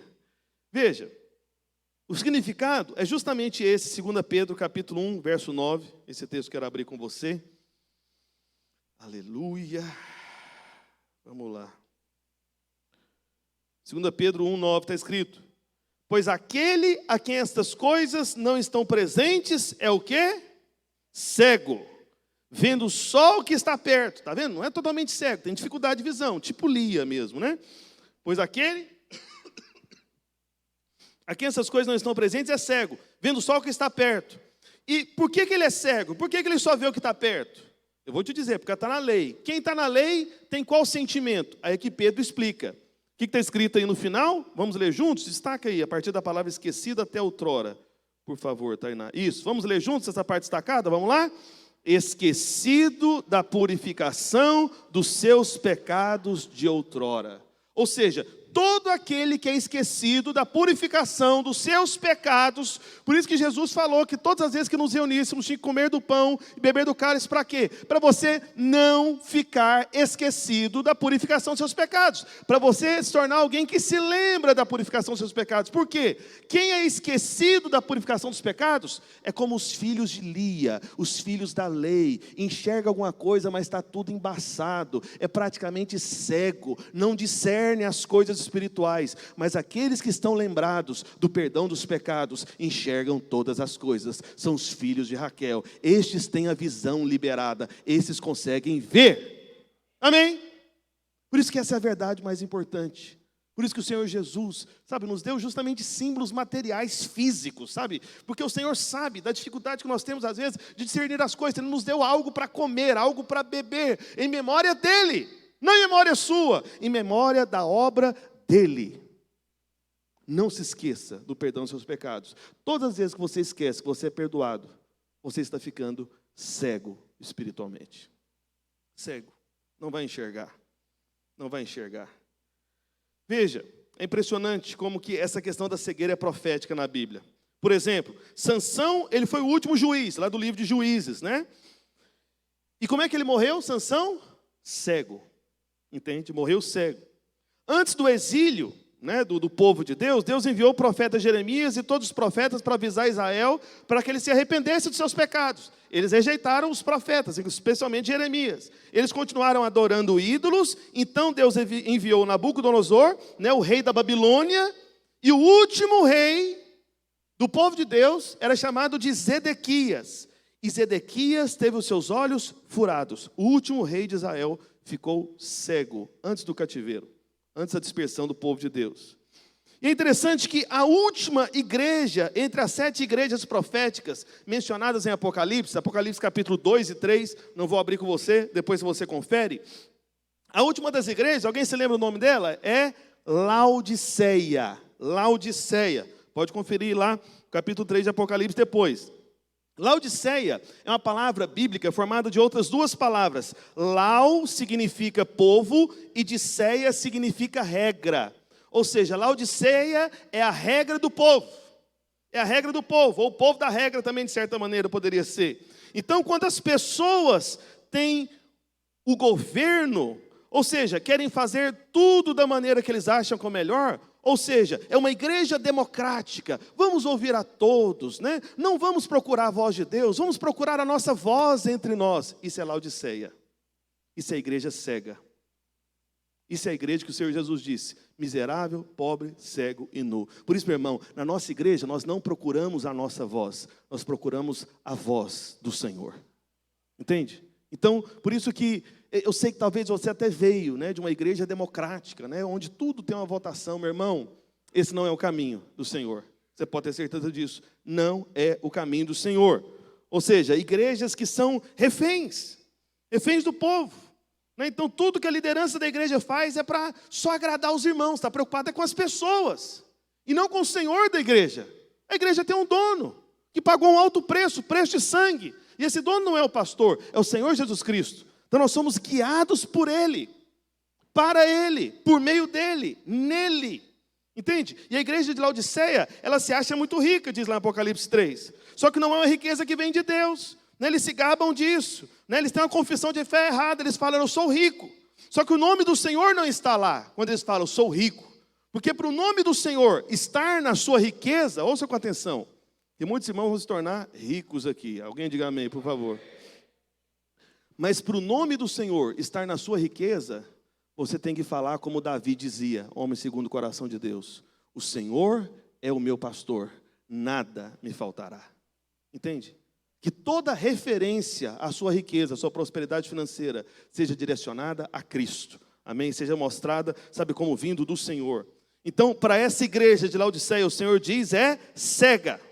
Só que é interessante que a penúltima igreja é a igreja de Filadélfia. E uma coisa que nenhum comentarista bíblico pode negar, eu quero chamar já os servos para ficarem posicionados lá atrás com os elementos da ceia, e chamar já o irmão para o teclado aqui, para me ajudar a lembrar que eu tenho que terminar, porque senão eu não termino, né? Olha para cá, a gente já está acabando.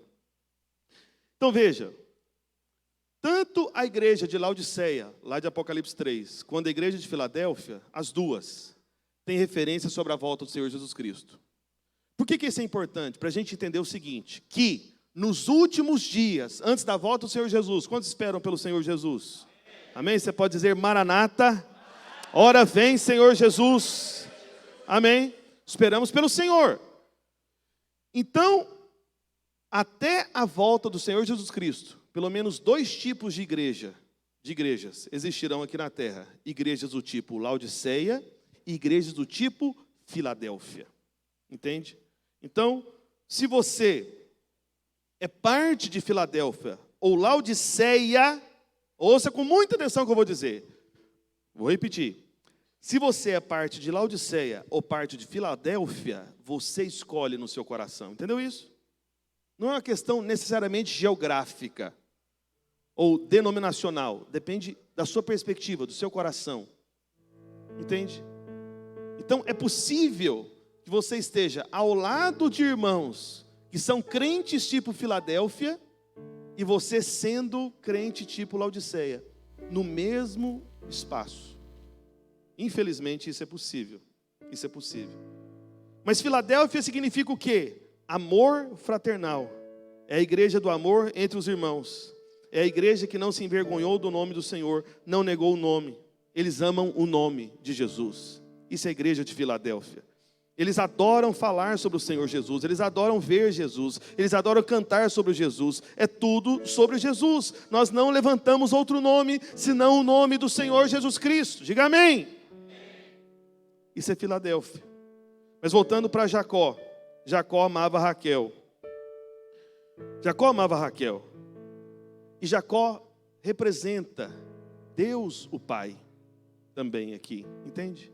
E quando a Bíblia fala que Jacó amava Raquel, mas também teve casamento com Lia, embora ele amasse a Raquel, é como se a Bíblia estivesse dizendo o seguinte: olha, Deus o Pai, ele teve uma aliança com Lia, que representa a lei, mas quem Deus o Pai ama de fato é Raquel, é a graça. O Pai ama a graça.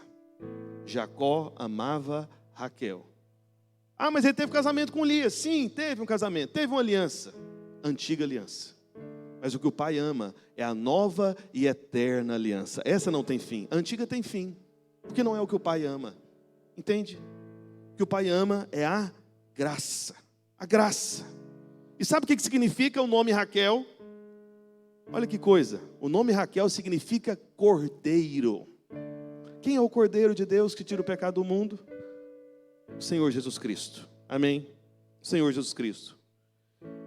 E quando Raquel deu à luz a José, ela teve fé e ela disse o seguinte, isso em Gênesis, né? Seu nome é Yosef, né? Que no hebraico significa Deus vai adicionar outro filho. Isso significa o nome de José. Ela deu nome para José.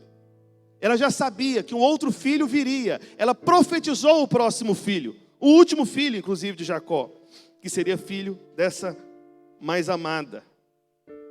Então ela profetizou. Quando José veio, ela profetizou a geração de Benjamim. Por isso, deixa eu falar algo para você. Deus estava esperando uma última geração, a geração de Benjamim. Você é essa geração. Você é a geração final. Nós somos parte da geração que conclui. É a geração Benjamim. E é interessante que a Bíblia mostra, durante toda a história de Jacó, que demorou muito para Benjamim vir. Levou um longo tempo, mas agora essa geração está aqui. O mais novo de todos os irmãos é Benjamim. É por isso que essa geração de Benjamim é formada por muitos jovens também. É comum isso, né, nas igrejas hoje. Só que um fato interessante, que talvez você não se lembra, quando Benjamim nasceu, Raquel morreu. Por isso que a geração de Benjamim é a geração que nasce quando Raquel, que significa literalmente no hebraico cordeiro, Benjamim é a geração que nasceu a partir da morte do Cordeiro de Deus. É impressionante isso. Como que na palavra de Deus todas as coisas estão encaixadas, toda a mensagem está na escritura inteira. É uma coisa impressionante. Para Benjamim nascer, Raquel, que significa cordeiro, morreu. Para a igreja surgir, o Cordeiro de Deus teve que morrer. Teve que morrer. Nós somos então essa geração de Benjamim. E é interessante que quando Raquel, nessa situação de sofrimento, que ela sofreu no parto, e no final morreu. Quando ela estava partindo, ela chamou o seu nome pelo filho de Ben-Oni, ou Benoni, em português. Mas em hebraico seria Ben-Oni. Aí no português, deram uma adaptada, ficou Benoni. Benoni. E Ben significa filho, e Oni significa tristeza. Ou seja, Benoni é filho da tristeza. Porque como ela estava em angústia, estava para morrer, e ela, emocionada por aquela situação, sentiu tristeza e falou o seguinte: esse menino vai ser filho da minha tristeza. Aí ela, morreu. Morreu. Só que, sabe o que aconteceu? Quando Jacó, que é o pai, Deus o Pai, pegou esse, que a princípio tinha chamado de Benoni, filho da tristeza, Jacó mudou o nome do menino. E como que Jacó chamou o menino? Falou: não, você não é filho da tristeza, você não é Benoni, você é Benjamim, filho da minha mão direita, a minha força. Meu irmão, você é filho de um momento de tristeza do Senhor Jesus Cristo. Lá no Getsêmani, ele falou para os discípulos: a minha alma está triste, profundamente triste, até a morte. Entende? Para que eu e você fôssemos gerados, o Senhor Jesus, ele experimentou de grande tristeza. E talvez você poderia se ver como motivo da tristeza de Deus. Mas Deus o Pai, representado por Jacó, pega você no colo como filho dele e fala para você: você é o meu Benjamim. Você é o filho da minha mão direita, é o filho da minha força, é o filho da minha prosperidade, filho do meu poder, filho da minha graça, filho da minha justiça. Essa é a força de Deus, esse é o poder de Deus, essa é a destra de Deus. Entende? Por isso, meu irmão, olha, você consegue perceber como que todas as coisas estão encaixadas na palavra de Deus e como que nós estamos vinculados a isso. E é interessante que quando Benjamim é trazido até José, quem que José tinha aprendido? Simeão, que representa o quê? Ouvido. Então quando Benjamim é trazido a José, Simeão é liberado. Simeão é liberado. Então, a propósito disso nos evangelhos, depois você pode conferir, quando o Senhor Jesus nasceu, veio um homem chamado Simeão também, que era um homem muito velho, que aguardava a consolação de Israel. Ele estava esperando durante muito tempo, esse que viria a ser o Messias. Simeão, chamava-se Simeão. Por que será? Por um acaso que não é. É por um ajuste divino. Ou seja, aquele que era chamado ouvido, Simeão. Quando ele viu o bebê, ele disse: os meus olhos viram a tua salvação. Os meus olhos viram o seu Yeshua. Agora, Senhor, podes despedir o teu servo em paz. Aquele que representa o ouvido na antiga aliança, no tempo da lei, Simeão, depois que ele viu o filho que haveria de vir, ele falou: agora eu posso ir embora, agora eu não preciso ficar mais. Meu irmão, veja bem, Simeão representa o Shema Israel. Amém? Ouve Israel. Então, se Simeão profeticamente, ele representa a lei, e ele viu o Senhor Jesus enquanto bebê, e ele falou que ele poderia partir, é como se a lei estivesse dizendo o seguinte: quando a lei vê o Senhor Jesus Cristo, a lei fica completamente satisfeita, e a lei vem e nos diz: eu posso ir embora, eu posso partir. A lei pode partir, Simeão pode ir embora, a lei pode agora não estar mais entre nós, entende? A lei, ela ficou feliz em ver o Senhor Jesus, porque a lei não tem alternativa, sabe, para rejeitar o filho, porque o filho cumpriu toda a lei, e ela partiu. Então José, ele disse: até que você traga Benjamim, não haverá mais pão. Até que você traga Benjamim, eu manterei Simão aqui, ele vai ficar preso. Então o ouvido de Israel está bloqueado, porque Israel não recebeu Benjamim, não recebeu a igreja, não reconhece o Messias que a igreja reconheceu. Por isso que Israel ainda está com Simeão preso. Fique em pé onde você está. José é o nosso Senhor Jesus. Ele está esperando para ver uma geração que tem a mesma mãe. Por muito tempo, a igreja teve o mesmo pai, mas não a mesma mãe. Só que pela primeira vez, José, ele vê Benjamim. Nós somos o Benjamim. Nós somos os filhos da mão direita. Os filhos que vieram através da morte do cordeiro. Nós somos os filhos da mesma mãe de José. Nós é que estamos, de fato, aliançados, aliados com o Senhor Jesus. Só que pela primeira vez que José vê Benjamim, a Bíblia diz que imediatamente, o que ele fez? Ele disse o seguinte, ele disse para o mordomo da casa: olha, leve esses homens para a minha casa, mate um animal, prepare, pois esses homens jantarão hoje comigo. E de repente eles são tratados com honra, são alimentados. Então, veja, e qual que é o nome desse mordomo? Se você for ver aqui em Gênesis, a Bíblia não fala o nome do mordomo. Deixa eu te dar uma chave de entendimento espiritual da palavra de Deus, especialmente no Antigo Testamento, mas no Novo Testamento tem isso também. Mordomos ou servos, que nunca se menciona o nome, eles representam o Espírito Santo. Porque o Espírito Santo, ele não veio para falar de si, ele veio para revelar o Senhor Jesus Cristo. Por isso ele não cita o próprio nome. Foi o Espírito Santo que inspirou todos os homens de Deus para nos trazer a Escritura.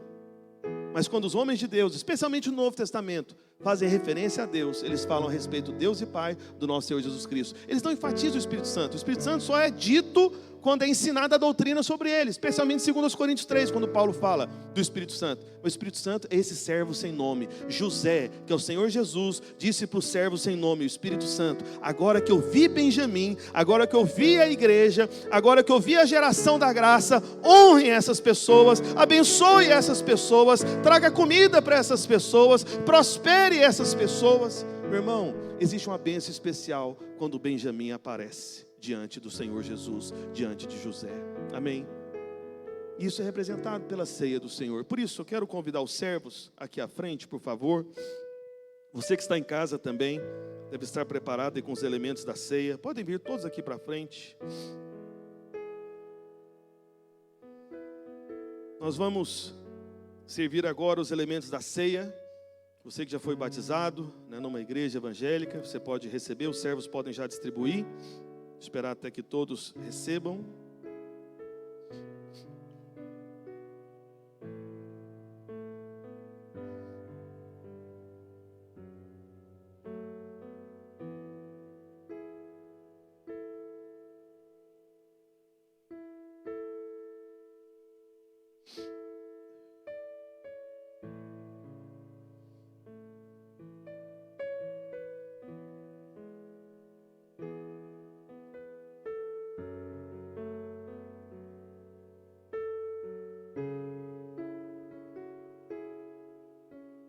Olha para cá. Você se lembra quando eu li no texto, no início da pregação, que quando eles pegaram os sacos de alimentos, o que tinha lá dentro? Que eles compraram os alimentos. O que eles usaram para comprar? Dinheiro. Mas José mandou encher os sacos dos seus irmãos, tanto de mantimento, além do que eles pediram, que era alimento para a caminhada também, para a jornada deles. E também José mandou colocar o dinheiro de volta. Olha para cá. Tudo isso para nos ensinar o seguinte: José, que é o Senhor Jesus Cristo, ele não ensina você a comprar a bênção. Quando você vem para comprar a bênção, José não recebe. Por isso que ele não recebeu o dinheiro dos seus irmãos. Entende? Só que é interessante que a Bíblia diz que quando os irmãos de José chegaram em casa e viram o dinheiro, falaram: meu Deus, e agora? A gente tem que devolver. Só que quando eles foram devolver, a Bíblia diz claramente aqui em Gênesis, depois você pode conferir, no mesmo capítulo 42 mesmo, que eles foram levar um outro dinheiro. Outro dinheiro. Não é o mesmo dinheiro, é outro dinheiro. Como assim, pastor? É o seguinte: não é você que paga o preço para receber a bênção, mas é depois que você recebe a bênção que você manifesta gratidão. Por isso, o que é o dízimo na igreja? O dízimo são ações de graças. Eu pergunto para você, em Gênesis mesmo, Abraão recebeu primeiro o pão e o vinho, ou ele deu o dízimo primeiro? Primeiro, Abraão recebeu o pão e o vinho de Melquisedeque, que representa o Senhor Jesus Cristo. E depois que Abraão deu o dízimo, ou seja, José não aceitou receber o dinheiro primeiro, porque ninguém compra nada de José. Porque José é muito rico para poder vender, e você é muito pobre para ter dinheiro para comprar qualquer bênção da parte de Deus. Nunca será o suficiente. Por isso ele te dá de graça. Mas uma vez que ele te deu de graça, pastor, então não tem que dar nada. Meu irmão, não é assim. Numa família, na mesa de uma família, nós ensinamos boas maneiras, não é assim? Quantos pais aí estão aqui presentes, não é? Você ensina o seu filho, não é? Licença, por favor, obrigado, como se comportar na mesa. Pois é, meu irmão, diante da mesa do Senhor também existem boas maneiras. E qual que é a boa maneira da mesa do Senhor? É a gratidão, é o agradecimento. Por isso que na volta eles trouxeram dinheiro, depois de ter recebido o mantimento. E esse dinheiro José recebeu. Ou seja, que a sua entrega do seu dízimo e da sua oferta não seja como quem compra alguma bênção da parte de Deus, mas como alguém que agradece. Deus tem me abençoado tanto que eu quero dar graças ao Senhor. Sabe o que significa justamente a palavra ceia no grego? Ela é escrita como Eucaristia. É justamente a expressão católica, né? Quem já foi católico já deve ter ouvido várias vezes essa palavra. Mas sabe o que significa literalmente a palavra Eucaristia? Ações de graças. A ceia são as nossas ações de graças. Entende? O dízimo, ele é acompanhado pela ceia. O primeiro dízimo da Bíblia foi dado no contexto da ceia.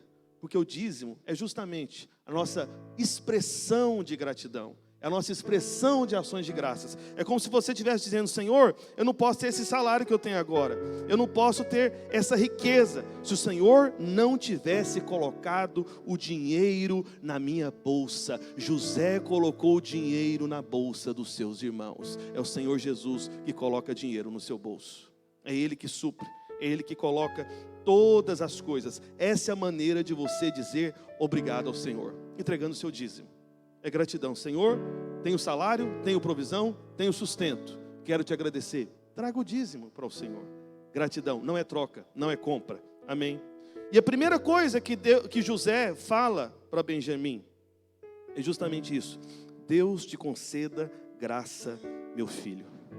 Nós somos esses Benjamins. Quando José olha para você, ele diz: Deus, o meu pai, te conceda graça. E essa graça é representada por esses elementos aqui. Por isso, erga o pão aonde você está, por favor. Feche seus olhos e repita logo após mim, por favor. Diga assim: este pão é o corpo de Cristo, partido por mim, moído pelos meus pecados. Ao tomar este pão, eu estou declarando que Ele tomou sobre si todas as minhas dores, todas as minhas enfermidades. Eu declaro que o Senhor Jesus é o pão vivo que desceu do céu, que a sua carne, o seu corpo é verdadeira comida, suprimento, alimento. Ele é tudo que eu preciso para esta vida e para a vida vindoura, em nome de Jesus. Coma do pão nesse instante. Agradeça pela provisão, pelo suprimento do Senhor. Agradeça pela cura. Fala: Senhor, eu sou curado de toda enfermidade. Eu sou fortalecido, sou saudável por causa do Senhor.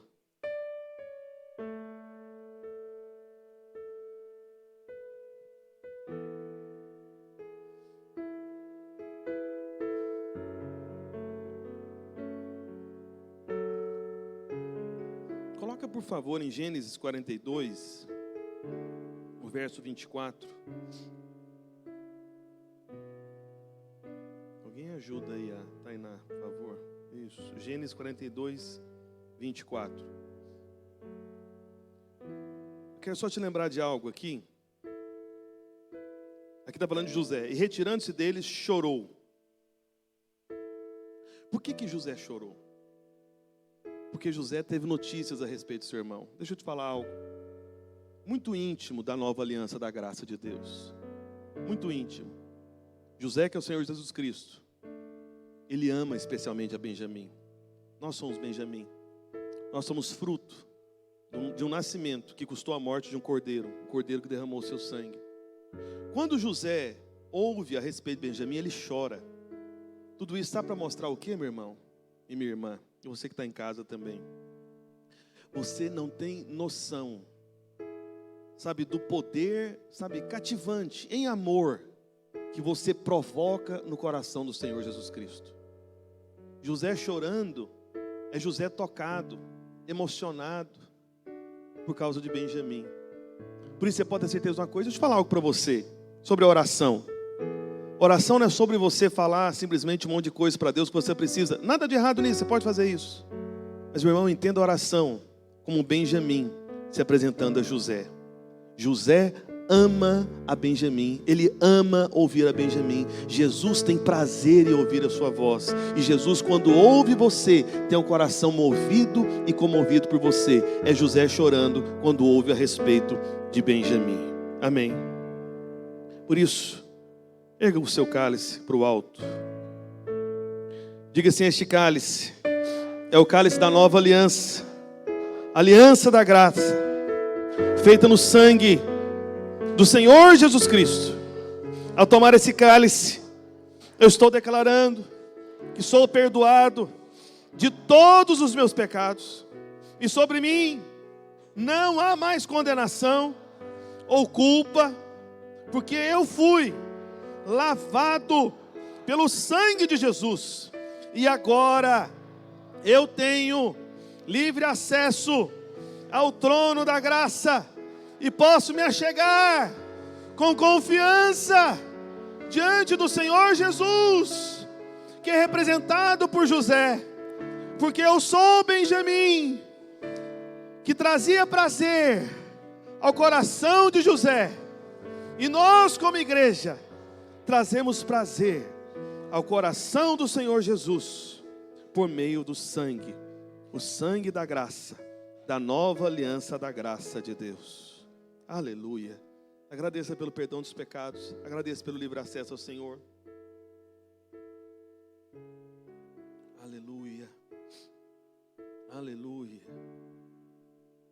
Eu vou orar por você, encerrando nossa reunião. Sei que eu passei do horário, mas é uma palavra tão importante, tantos detalhes. Depois você confere aqui no capítulo 42. Uma última coisa que eu vou dizer para você a respeito de Benjamim. Todos os filhos de José foram abençoados por José. Ou os filhos de Jacó foram abençoados por José, os irmãos de José. Só que Benjamim foi abençoado de forma diferente. Ele recebeu 5 vezes mais do que todos os irmãos. Por isso, meu irmão, isso é uma promessa da parte do nosso José, o Senhor Jesus Cristo. Se você entende que os judeus são abençoados, eles são realmente o povo mais rico da face da terra, não tenha dúvida disso. Eles representam aí cerca de 15 milhões de pessoas. Até hoje a maior parte dos judeus não vive em Israel, estou falando de um povo. E, segundo a ONU, em breve, parece que agora em novembro, até colocar a data, nós vamos chegar a cerca de 8 bilhões de habitantes do planeta. Dia 15 de novembro. Então, como que pode uma coisa dessa? Dentre 8 bilhões de pessoas, 15 milhões, uma porção minúscula, é a porção mais rica, é a porção que ganha mais prêmio Nobel de todos os povos da história da terra. Tudo isso é para você saber do seguinte: os filhos de Jacó são abençoados, mas os filhos de Jacó com Raquel, que representa o Senhor Jesus Cristo, e Benjamim, a igreja, foram chamados para serem abençoados 5 vezes mais. Por isso que a graça é maior do que a lei, é pelo menos 5 vezes mais. Isso fala também dos 5 ministérios, até porque o número 5 também representa o número da graça. Esse é o chamado do Senhor para você, para ser extremamente abençoado e favorecido. Espero que você tenha sido convencido pela palavra e pelo Espírito do Senhor, que você é essa geração abençoada, favorecida. O Senhor Jesus, Ele ama ouvir a sua voz. Ele ama ouvir a sua voz. Por isso que Davi disse: a minha voz ouvirás de manhã. Ó Senhor, de manhã te dirigirei a minha oração e olharei para cima. O Senhor vai ouvir a minha voz. Davi sabia disso. De manhã o Senhor vai ouvir minha voz. Eu não sei quanto a você, quando eu viajo, é tão bom chegar em casa, ouvir a voz da minha esposa. É tão bom chegar em casa, ouvir a voz das minhas filhas. Deixa eu te falar algo, meu irmão. Uma motivação para a sua oração pela manhã. Ore, nem que seja porque o Senhor Jesus, Ele ama ouvir a sua voz. Você tem um poder sobre o coração de Jesus que você não imagina. Que nós somos como Benjamim em relação a José. Pai, no nome de Jesus, quero declarar, Senhor, palavra de bênção. Ó Deus, sobre a vida do teu povo, da tua igreja, a geração Benjamim. Ó Deus, nós que fomos abençoados 5 vezes mais. Ó Deus, do que todos os outros filhos que vieram antes. Os filhos da lei, os judeus, eles são abençoados, favorecidos, mas muito mais nós, nesta graça. Ó Deus, nós que fomos gerados a partir da morte do Cordeiro. Nós que somos, ó Deus, irmãos de José, filhos da mesma mãe, da Raquel, da amada, da bela, da desejada, filhos da graça. Assim como Jesus veio cheio de graça e verdade, nós fomos chamados para andar na verdade desta graça. Por isso, ó Pai, que os teus filhos possam ver esse favor, essa bênção, ó Deus, e possam ansiar como última geração, geração do final dos tempos, geração de Benjamim, ter um coração cativado por essa graça, por esse amor, que eles sejam atraídos a Ti. Ó Pai, que o teu Santo Espírito possa revelar mais e mais o prazer que o Senhor tem na nossa voz, na voz de Benjamim, na voz da igreja, na voz dos filhos da graça, em nome de Jesus. Amém, amém e amém. Amém. Deus abençoe a sua vida. Espero que você tenha sido abençoado, suprido e alimentado no Senhor. Amém. Diga para pelo menos 2 ou 3 irmãos, fala para ele, você faz parte da geração de Benjamim. Amém? Se tiver alguém nos visitando, quer receber alguma oração, quer entregar a sua vida ao Senhor Jesus, vem aqui à frente que eu oro por você. Se não, Deus abençoe os irmãos em nome de Jesus.